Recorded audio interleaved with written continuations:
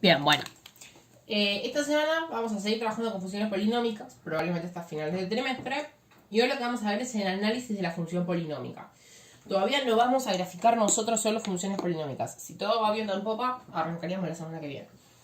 Pero hoy lo que vamos a ver es cómo a partir de una función hacemos el gráfico en GeoGebra, seguimos manejándonos con eso como herramienta auxiliar y a partir del gráfico podemos analizar la función. ¿Qué es lo que vamos a analizar de una función polinómica? Dominio, imagen, ordenada al origen, conjunto de ceros o raíces, ¿sí? Es lo mismo, conjunto de positividad, conjunto de negatividad y lo que son intervalos de crecimiento y de decrecimiento no los vamos a analizar, pero les voy a explicar hoy por qué y cuándo los van a poder analizar. No es que no se pueden analizar, sí que se puede, pero todavía no lo vamos a hacer. Bueno, el gráfico, se fijan en GeoGebra, está medio hecho a escala porque, por ejemplo, esta curva era mucho más alta, ¿sí? Lo hice para que me entrara el pizarrón.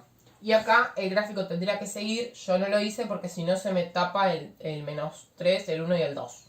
¿Sí? Necesito que se vean. Ese menos 3, 1 y 2 son las raíces, ¿sí?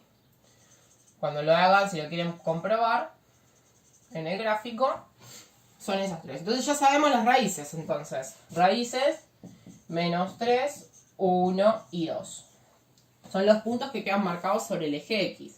¿Cómo los escribo? Entre llaves, ordenados de menor a mayor y separados por un punto y coma. Ahí genial. Ordenada al origen. Si me fijo en el gráfico, es el punto que corta el eje Y. ¿Cómo lo escribimos? De esta forma. Recuerden que todos los puntos tenían una coordenada en X y una coordenada en Y. En Y nos dio 12. ¿Y en X cuánto? Si es ordenada al origen, siempre es 0. Otra forma de darme cuenta cuál es la ordenada al origen es el último término. O sea, el término que queda sin X. Ojo, cuando digo último término es eso. El término independiente de la función. Si yo me encuentro con una función en la que hay un número que no está acompañado por X, que en este caso es el 12, esa va a ser la ordenada al origen. Si me encuentro con una función de este estilo, en el que miro y digo, no tiene ningún número sin X, no tiene término independiente, entonces no tiene ordenada al origen, no. La ordenada al origen es 0, es como si yo acá le agregara un 0 atrás sumando. Entonces acá en este caso sería 0, 0 la ordenada al origen. No es que no está. Está, pero vale 0 y es al cohete escribirla. Pero seguimos trabajando con este ejemplo. Dominio de imagen de una función polinómica. Si se acuerdan cuando vimos función cuadrática ya por el 1800, el dominio nos fijábamos qué sucedía en el eje X, la imagen en el eje Y. Les cuento que cualquier función polinómica, ¿sí?, tiene dominio de imagen todos los reales. Y les voy a explicar por qué. Yo el gráfico lo hice un poco cortito, porque si no el pizarrón no me alcanza. Pero si ustedes lo hacen en GeoGebra, lo prueban a hacer, pueden ir moviendo la pantalla lo que a ustedes se les ocurra y siempre les va a mostrar la función. Es decir, si yo agarro la pantalla y me empiezo a correr para acá, esto va a seguir para arriba y va a seguir para aquel lado, esto también, ¿sí? Es decir, las funciones polinómicas, el gráfico ocupa todo el eje X, tanto para la izquierda como para la derecha, y todo el eje Y, ¿sí? Porque esto, por ejemplo, sigue subiendo y se va más para allá, esto baja y se va más para acá. Entonces, como ocupa tanto todo el ancho del eje X como del eje Y, el dominio y la imagen son siempre todos los reales. Cualquier función polinómica que tenga, la única que tiene una imagen distinta es la función cuadrática. Porque la función cuadrática, al quedar de este estilo, ¿sí?, tiene la imagen desde este número para arriba, o si queda así, desde este número para abajo. Pero todas las demás funciones que vamos a trabajar, no. Salvo capaz algún caso especial en cuyo momento lo veremos. Pero por ahora todas las funciones polinómicas, dominio R, imagen R. Conjunto de positividad y conjunto de negatividad. Conjunto de positividad es todo lo que queda en la parte de arriba del eje X, ¿sí? Y conjunto de negatividad es todo lo que queda en la parte de abajo del eje X. Lo pongo con azul y con rojo para marcarlos.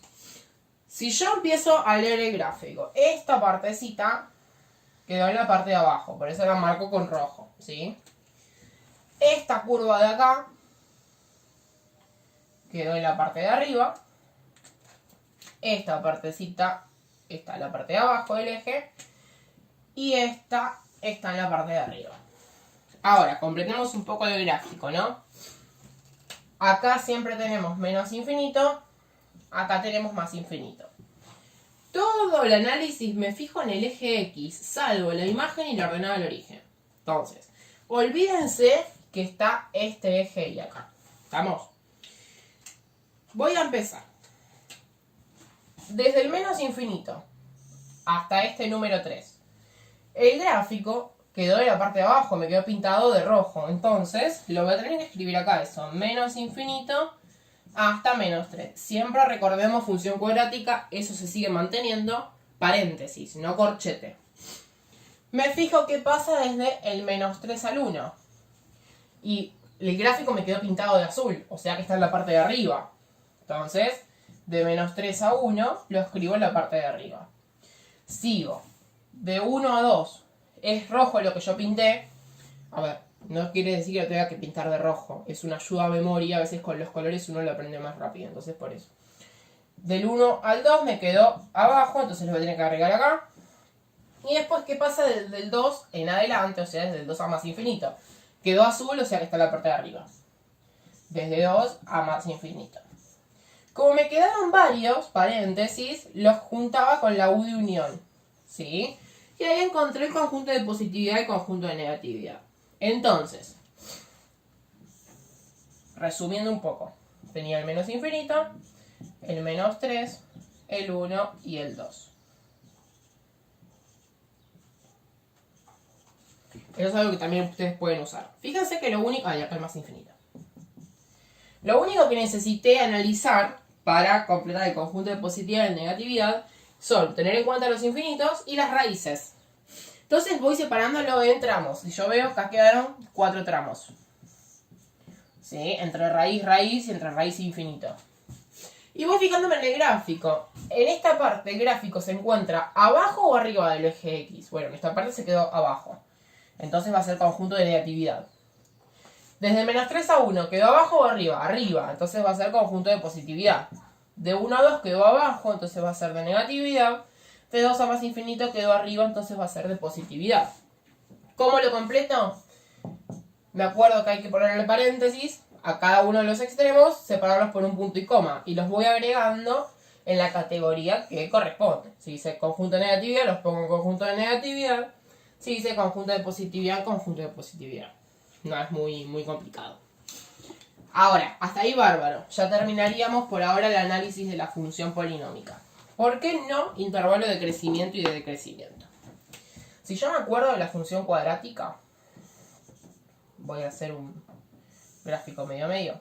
Tenía un vértice la función cuadrática, que era o el punto máximo o el punto mínimo. Entonces acá, por ejemplo, si yo voy subiendo, llego al vértice y una vez que llego al vértice empiezo a descender en mi gráfico. Bueno, de ahí las flechitas. Cuando yo subo es un intervalo de crecimiento y cuando yo bajo es un intervalo de decrecimiento.